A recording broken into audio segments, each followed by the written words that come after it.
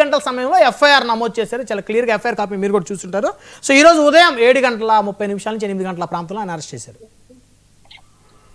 బ్రహ్మనాయుడు గారు, ఇది అత్యంత హేయమైనటువంటి దిగజారుడు చర్య. ఆడలేక మధ్యలో ఓడు అనే విధంగా కూటమి ప్రభుత్వ విధానాలు కొనసాగుతూ ఉన్నాయి. ప్రజాస్వామ్యంలో ప్రతిపక్షం యొక్క బాధ్యత ప్రశ్నించటం. ఒకవేళ ప్రశ్నించకపోతే బాధ్యతని నెరవేర్చినట్లుగా గుర్తించాలి తప్ప ప్రశ్నిస్తుంటే ఈ విధంగా దాడులు, కేసులు, జైళ్లలో పెట్టడాలు ఇవన్నీ కూడా కూటమి ప్రభుత్వం వచ్చిన రోజు నుంచి ఈ రోజు వరకు కొనసాగుతూనే ఉన్నాయి. వారు లాయర్ గారు మాట్లాడినట్టుగా వెంకటరెడ్డి గారి మాటల్లో ఎక్కడా కూడా ఎవరినో రెచ్చగొట్టే విధంగా లేకపోతే ఇక్కడ ఏదో దాడులను ప్రోత్సహించే విధంగా లేదు. ఇక్కడ ఉన్నటువంటి ప్రభుత్వం యొక్క బాధ్యత ఒక సాక్షిని ప్రాపర్ వేలో ప్రొటెక్ట్ చేసుకోవాలి. పరకామణి అనేటటువంటి కేసులో సాక్షిగా ఉన్నటువంటి వ్యక్తి 14వ తారీఖు సాక్ష్యం ఇవ్వడానికి వెళుతూ అనుమానాస్పదంగా చనిపోయినప్పుడు అది హత్య అని తెలుగుదేశం పార్టీకి వంత పాడేటటువంటి ఛానల్స్ లో స్క్రోలింగ్స్ వేశారు. వీపు మీద గొడ్డలు వేటు పడ్డది,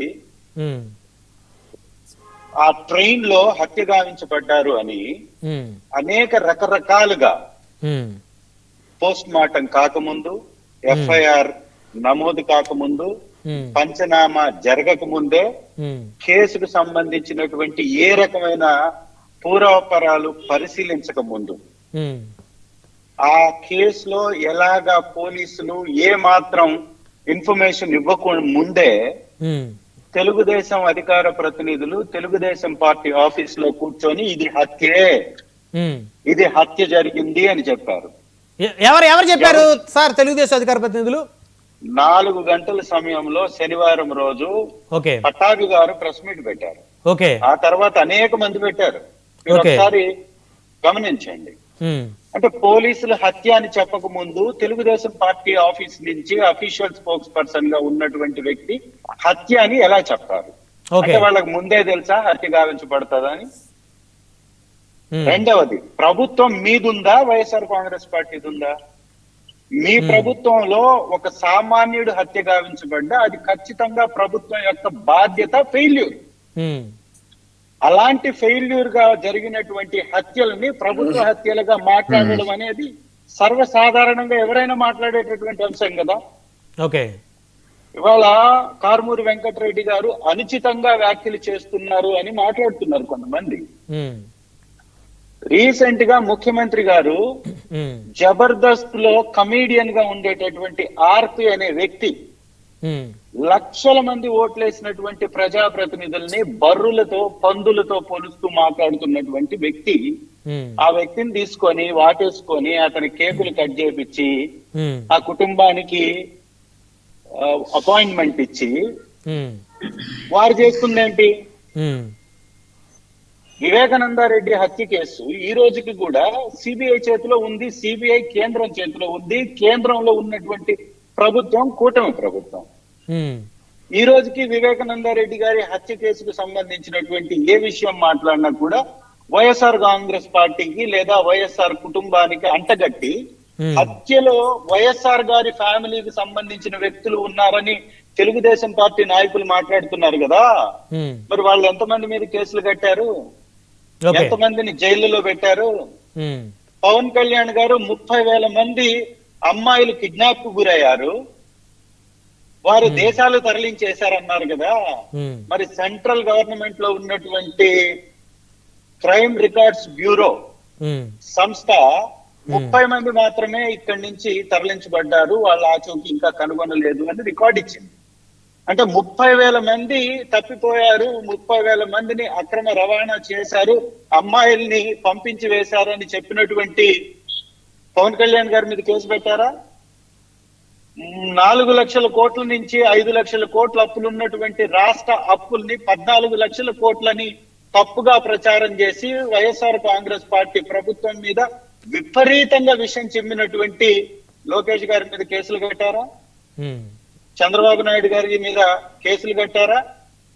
ఆ రోజు వైఎస్ఆర్ కాంగ్రెస్ పార్టీ హయాంలో ప్రభుత్వంలో ఉన్నప్పుడు ఎక్కడన్నా చిన్న మానభంగ కేసు నమోదైతే లేదా హత్య కేసు నమోదైతే ఎలాంటి ఘోరం జరిగినా ఎలాంటి నేరం జరిగినా అది ప్రభుత్వమే చేపిస్తున్నట్టుగా, వైఎస్ఆర్ కాంగ్రెస్ పార్టీయే చేపిస్తున్నట్టుగా, వైఎస్ఆర్ కాంగ్రెస్ పార్టీలో ఉన్న నాయకులే చేపిస్తున్నట్టుగా ప్రచారం చేసి వాటి మీద మాట్లాడినటువంటి చంద్రబాబు నాయుడు గారి దగ్గర నుంచి తెలుగుదేశం పార్టీలో ఉన్నటువంటి ఎంతమంది మీద కేసులు కట్టారు?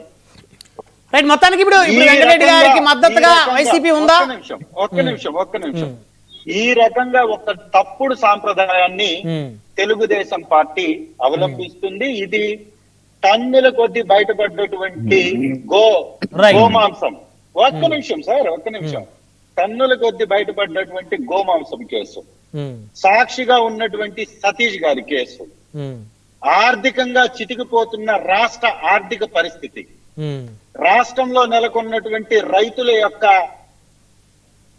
ఆర్థిక పరిస్థితి, ఇలా విపరీతంగా పెరిగిపోతున్నటువంటి వ్యతిరేకత నుంచి పక్కదారి పట్టించడానికి, నెలకొక సెన్సేషన్ క్రియేట్ చేయడానికి వైఎస్ఆర్ కాంగ్రెస్ పార్టీలో బలంగా పార్టీ వైపు నిలబడుతున్నటువంటి వ్యక్తుల మీద దాడులు చేస్తూ వాళ్ళని ఈ సమాజానికి శత్రువులుగా చిత్రీకరిస్తూ డైవర్ట్ చేయడానికి చంద్రబాబు నాయుడు గారు చేస్తున్నటువంటి ఒక డ్రామా తప్ప ఇంకొకటి కాదు.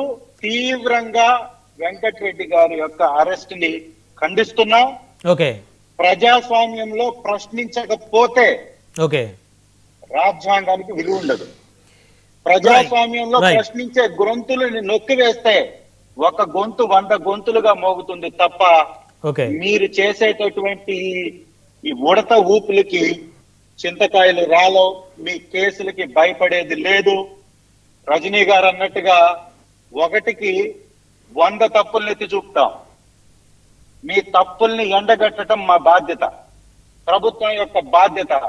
చేతగాని అసమర్థ పరిపాలనని సాగిస్తున్నటువంటి చంద్రబాబు నాయుడు గారి దగ్గర నుంచి వాళ్ళు చెప్పుకుంటుంటారు కదా ఎప్పుడు డబుల్ ఇంజన్ సర్కార్ అని. ఈ రాష్ట్రంలో